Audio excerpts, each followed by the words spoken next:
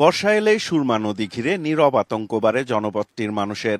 বাড়ে জলাবদ্ধতার যন্ত্রণা, সীমাহীন ভোগান্তি, ডুবে যাওয়া পথঘাটের কারণে থমকে যায় জনজীবন।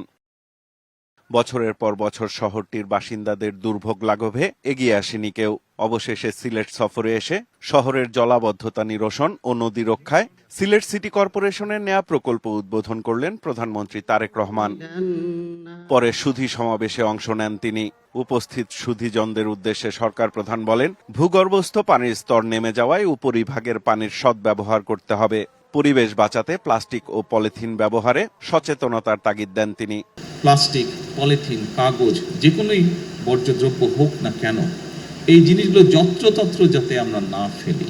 আমি সকল সিটি কর্পোরেশনকে অনুরোধ করব, আপনারা যদি অন্তত আপনাদের এলাকায় সিটি কর্পোরেশনের ভিতরে যে সকল স্কুল আছে সেই স্কুলগুলোতে যদি আপনারা কোনো উদ্যোগ নিয়ে বাচ্চাদেরকে এই বিষয়গুলোতে সচেতন করতে পারেন, তাহলে আমরা ধীরে ধীরে এই কাজটি শুরু করতে পারবো, যে পরিবেশকে আমরা আস্তে আস্তে আস্তে ঠিক করে আনতে পারবো। দেশের যোগাযোগ ব্যবস্থার উন্নয়নে রেলপথকে গুরুত্ব দেওয়ার পরিকল্পনাও জানান সরকার প্রধান। আমাদের বর্তমান সরকার আমরা একটি উদ্যোগ গ্রহণ করছি যে সারা দেশে কিভাবে রেল যোগাযোগটাকে বৃদ্ধি করা যায়। রেল যোগাযোগটাকে বৃদ্ধি করলে স্বাভাবিকভাবে অধিকাংশ মানুষ এটিতে যাতায়াত করবেন, এটিতে খরচ কম হবে, সেটি যাতায়াতের খরচ কম হবে, সেটি ব্যবসায়িক কারণে খরচ কম হবে। প্রত্যাশিত দেশ গড়তে সবাইকে কঠোর পরিশ্রমের তাগিদ দেন প্রধানমন্ত্রী। বলেন, নির্বাচনী প্রতিশ্রুতি বাস্তবায়নে কাজ করছে সরকার। বর্তমান সরকারের বয়স 2.5 মাসের মতো, তবে আমরা এরই ভিতরে আমরা যে সকল কমিটমেন্ট দেশের মানুষের সামনে উপস্থাপন করেছিলাম, দেশের মানুষকে আমরা দিয়েছিলাম, সেই কমিটমেন্টগুলো বাস্তবায়নের কাজ আমরা শুরু করেছি।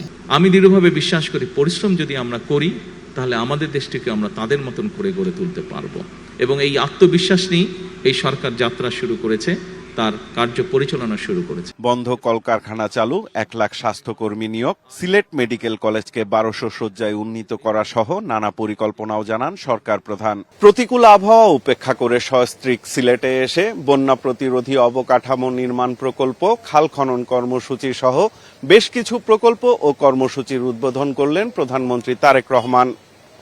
একে একে নির্বাচনী প্রতিশ্রুতি সব বাস্তবায়ন করে আগামীর সমৃদ্ধ বাংলাদেশ গড়ে তুলতে চান সরকার প্রধান। এর আগে সকালে সিলেট পৌঁছে হযরত শাহজালাল রহমাতুল্লাহি আলাইহের মাজার জিয়ারত করেন প্রধানমন্ত্রী তারেক রহমান। পরে সিলেটের সদর উপজেলার কান্দিগাঁও ইউনিয়নের বাসিয়া খাল খননের উদ্বোধন করেন তিনি। সাইফুল ইপন, দেশ টিভি, সিলেট।